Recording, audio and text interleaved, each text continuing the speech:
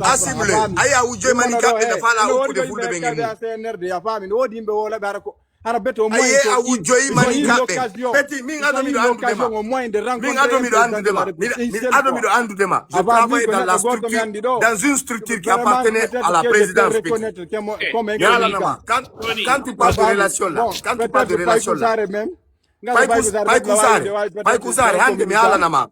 Mais le reste de ces personnes qui sont là, vraiment, vous faites la démagogie au sein de ces... Moi, je ne considère même pas.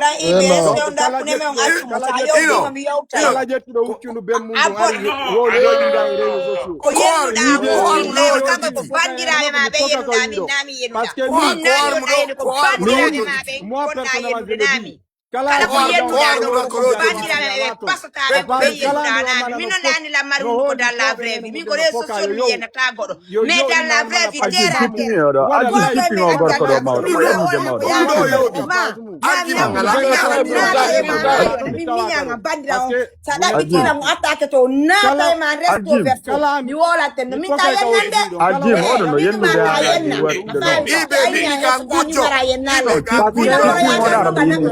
No,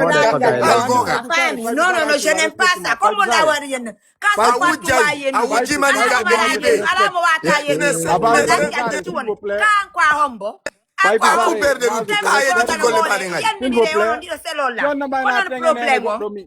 quand on a problème. Kono mi fanni do tengene. Kono ko ke ko je tuda baro ba le nyongol gujo. Mila lopa ko balata. Kamila lopa ko kerata. Ani ha ko du wali pila nyande mi ma andi anti dinna mi. Mi yin ko rewru ko yando ay bi relaction. Min do mi rewaye ma min do ne tala mi do rewe ma la. Ni awata inu de mi do rewe ma mi binta la tu n'as pas raison. Inu gol mi do da wona ni mi sabu go. Dieu merci mais je n'aime même pas notre relation.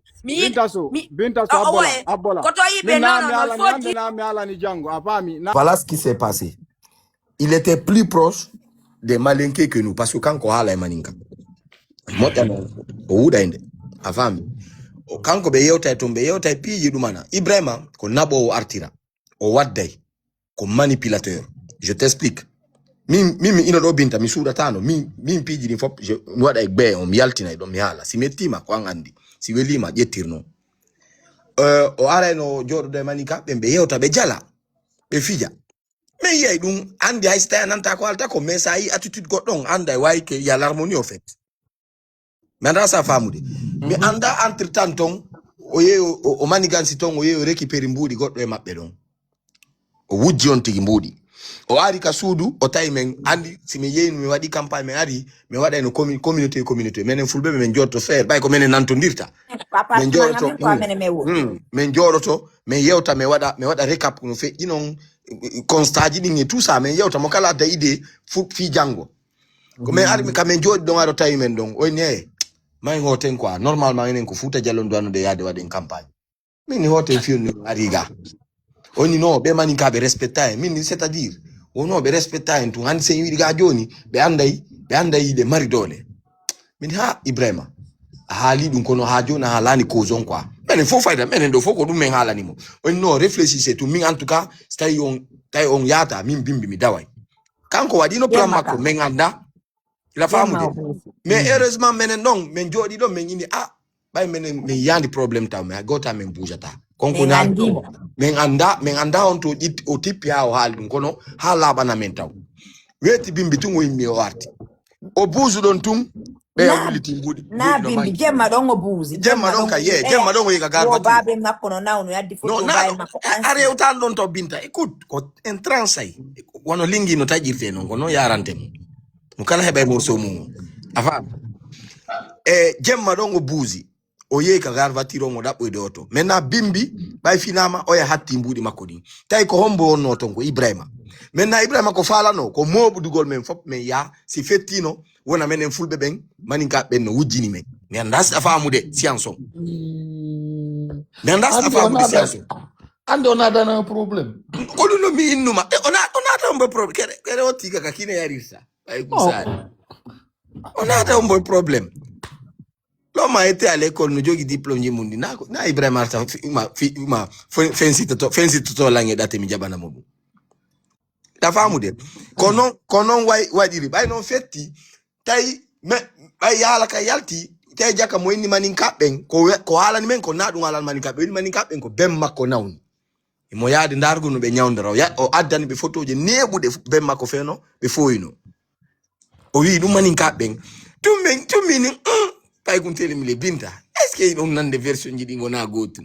E one ngwen ndo manin kapen no yawaade. Min non hari min e mi bambanimo. Kangun kamin ni wona kanko min be no yidi gidale gre min be ko etno be min yenna be parce que nyando nyande mido mardi be problem nyando nyande mido yenni be nyando nyande mido mardi be problem o inni mani ka be go be makko nawni menen o inni men fulbe benno fulbe ben respecta mi bambani fulbe respectaka ai divergence on ko don pay kun sare ka minni ay pièce mon no kude on bay affaire on fetti be noddi mo filandi tagol mo benni joni yo yo ikona kiro ara be yobana mo ay pass yo ara be labo tra woni no yata woni fala do yar kona kiro nangam be coupe téléphone non tun wade vidéo o fuddi ata ku debe innugol no iko be raciste no natin c'est moji metta di lam don tun wonno halde parce que mwandi dum wadi pagay do ha nano be nani dum be nodditimo be menasi mo be ni yo yilti to kanka be nodditon be ni ay goto tawad mo goddum doublier ça une fois qu'on a qui on va régler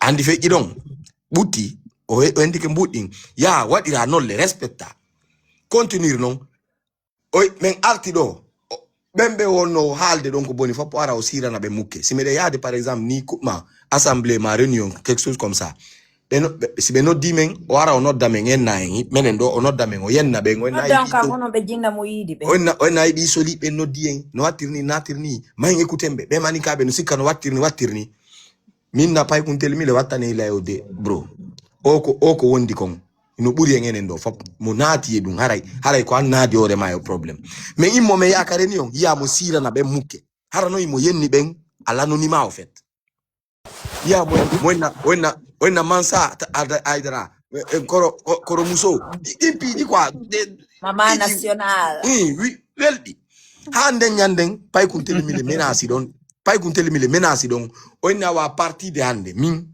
pay kun telemile sa andi hala goddo ko awata repetude yeso makko min mi ara mi hala ko ibe wonno halande dum kareni on fop famuno goy be dum non objectif ko manipule gol o ya camera sa dano toni o yewta ma dum do video ba o yewta ma dum maintenant ce qui est arrivé tout récemment ha o wengi men o bay o tay manipulation makko ngala marsude ko ndum wadi ko yewgol monta video wada video on o barra fulbe ben o barra lenyongol o en manin kabbe no segregi menen ila famude mais yi video on tun bay me video on tun ono dilam min taw ono dilam oni mi do fala en alforten kan do wadi réunion tay o wadi video on goy o wadi bêtise makon oni mo fala photo de camera ando wadi réunion min wata yade min ko ngalanga no buti mi wata yade après on dit pay kun telmi no yaade pay kun telmi no dilang no aduta mo no te haro no di pay kun telmi ko pay kun telmi no dilang atila halande min min gono dalantaw oni mi do yaade mi ekutamo pay andimo min yawa yaw ekuta min mi wata yaade déjà e no dalang mena ko be mi be hewto e ton be no dila min mi do ko golleta da bude sanfarange di ko be hewto e ton ko be hewto e ka Ibrahima ko don pay kun telmi le andima no di ma gini oni mi no dani mo mi no dano mo no abo mi no dan ko don ngono di mi téléphone o indi la ma gini arme den mar do réunion mi no di mi har mi yejiti bon min tay mi no de ay ko mata da ko parce que ko pi même enen fulbe ben min Ibrahima indi na min ni konko no di la réunion c'est pas en rapport avec la bêtise que tu viens de faire non sur les réseaux sociaux, aux vidéos moi c'est pas un rapport non parce que konko donc ça ne répond que sur toi seul quoi ça n'engage que toi. Tu n'es pas le seul peuple là-bas, on est plusieurs. Il n'y a que toi. Quand on pète, en fait. Mais arrête ça maintenant. Maintenant, on va manipuler demain en fait. Arrête ça. Assume ton. Oh, non, après Dieu, minot dit, oh, là, non, on coupe le téléphone. Mais yo, tu donnes, binen, qu'on coupe non là, yo, donne. Mais là, il faut que les gens, pas écouter le milieu, écoute-moi, au gagne. Il est allé voir Mianda ou le petit frère de Dansa Kuruma. Quand on est de Dubaï. Fantôme de Dubaï. Fantôme de Dubaï. On ari tay donc tay mo wo indi mo on fala pare nous de o communiquer be fulbe ben donc nyandas ko nan no dum ko nan no dum bewi ma dum natiri non après o fuddi fetin kinade on pay kun tel mi dal dum woni ayo mo yata onni dum on fantôme jo woni ayo ibe mo yata c'est un trait hande je regrette de l'avoir connu pay kun tel mi dal yeso makogoy je regrette de l'avoir connu. La première fois, ce qu'il est en train de faire là, il va te le faire un jour. C'est un traître, un manipulateur et puis menteur. Pas écouter le milliard, il y a le tidon à Chimo. Maintenant, il y a une réunion qui continue de vidéo tapé. Alors, nous avocat ma kon yoti mo konko wat don man na pas bien men jabondiran sina dum so ita non video ni mi ay no ka commissaire amina joni adu facture di facture ko nyawdir lanko parce are kanko yobi ko inde makko watte normalement ay donc ko non fait iri rien doit ay mi jaba parce que c'est que jaba gomo c'est de se réduire à ta plus petite personne en fait. Mi ema kona men level on a ore autre men jogiti on a vision goto numani ay un créateur de contenu mais pourquoi gongore kadi non aljin a channel hake alan sum non gongore ko kanko andi ko yani so ye no mimi anda alla no andi aki mi video gongore ko har monde goddo ko an kako goddo go aljin ko mi gerente jogoy min ko kaki mbo meba tan jigi jaga utan drogue blood boy e community na min ko to meba mais piji gonto mu ko ta ko fiuka gonto mi yaay il m'a attaqué bien sûr aya mi yalta modan sorti fi dum parce que min continue jandi on a fi dum je ne ferai jamais ça en fait min si tu es homme papino din 3000 € ji ko ari kombo jeno te malenke jettuno dum ko argent de poste ko yoba appartement makon yoba crédit internet ko nanta tay dum ko kambe jokondira no ton parce que kanko monana maninka o yidon jema bimbi be afini tunta e mbudi ala tayo ya de maji waro ni menen wo fulbe hidaka maninka be utiliser me woni abino magine d'abord abi o lutirno mbudi c'est que vous n'avez pas compris. On doit la tête, on doit la tête à faire campagne. Il y a scandale, surtout parce que c'est des temps, c'est des choses. Il y avait beaucoup d'éphémères là-bas, quoi. Voilà, c'est des choses très sensibles. Parce qu'elle aussi avait des concurrents, tu vois. Voilà, oui, Fulbe Maninka. Oui, mais Fulbe Maninka, c'est ce qu'il voulait éviter, en fait. Parce que moi, on m'a demandé pourquoi. Ibrahim, non, c'est sur ce chemin, il voulait aller, fille besoin de ah. Kodum, on a des filles besoin de